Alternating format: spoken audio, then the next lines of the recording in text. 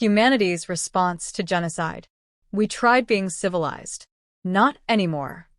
The burning husk of Astra Nova, once the largest human colony beyond Sol, drifted in the void like a tomb. 1,000,000 lives extinguished in hours, their last transmissions filled with screams and static. The Galactic Empire had declared humanity unfit for expansion. They had named us reckless, dangerous, a disease to be cleansed before we could spread further. They called it an enforcement action. We called it genocide. For decades, we had played by the Empire's rules. We signed their treaties, accepted their laws, and endured their endless bureaucracy. We attended their councils, pleaded for fair treatment, and swallowed every insult. We fought beside them in their wars, bled for them, died for them, all in the hope of being recognized as equals. It was never enough. The Empire saw us as nothing more than primitive apes who had clawed their way into the stars. They feared us, not for our technology, but for something deeper, our will to fight, to endure, to adapt. They feared what we could become. And so, they decided to stop us before we got there. But they made one fatal mistake. They thought humanity would kneel. We didn't. The last diplomat. The United Terran Federation sent one final message to the Imperial High Council. Ambassador Elena Voss stood before the towering Zeltar rulers in their golden halls on Philos, the Empire's capital world. She did not bow. She did not plead. She simply placed a small data drive on the table. "This is a declaration," she said, voice steady. "Not of war. Not of rebellion." She met the reptilian emperor's slitted eyes. Of extermination. The council chamber erupted into laughter. The idea that a single human world could challenge a galactic empire was absurd. Then Elena pressed play. The recording began. It showed a single Imperial fleet burning in space, destroyed in minutes by something unseen. Glimpses of hulking human warships, black as night, moving with impossible speed. Planetary defenses silenced before alarms could even sound. Then came the ground footage. Imperial soldiers gunned down in the streets by human forces wearing armor never before seen, adaptive plating that shifted like liquid metal, moving faster than any organic should. And at the center of the carnage stood a single human. No rank insignia. No identification. Just a simple patch on their shoulder, Vengeance Corps. The laughter died. Elena watched as realization settled over the council. "You should have killed us all," she said, stepping away from the table. "Now? There's only one law we follow." She turned to leave, speaking the last words the Empire would ever hear from a human diplomat. No survivors.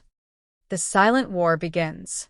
The first planet to fall was Rylos 3, an Imperial fortress world. The Empire expected an invasion fleet. They got something worse. The attack began with nothing more than a whisper in the comms. A simple phrase repeated in 100 Imperial languages.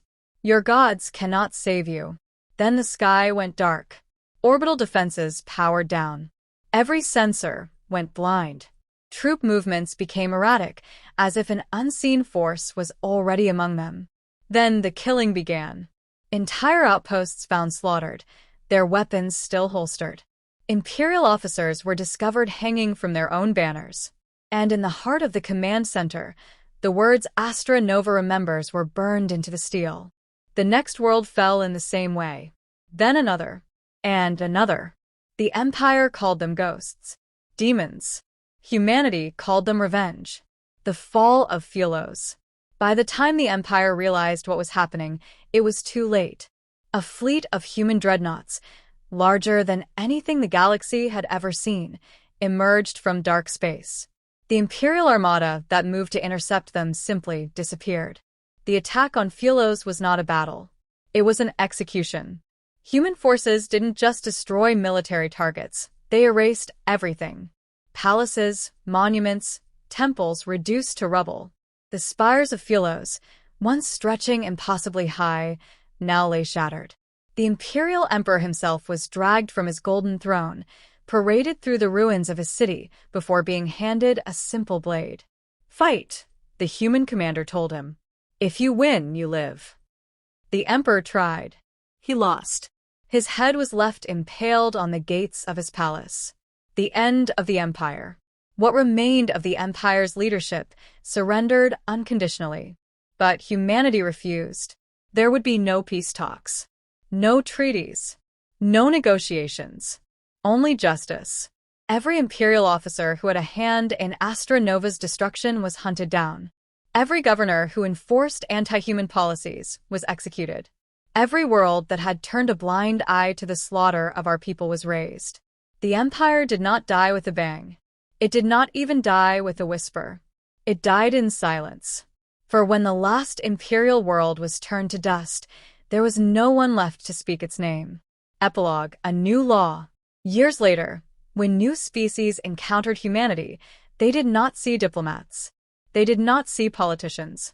They saw what was left of the empire. They saw the black-armored soldiers of Vengeance Corps. And they heard the words etched into every human warship, a warning written in fire and blood.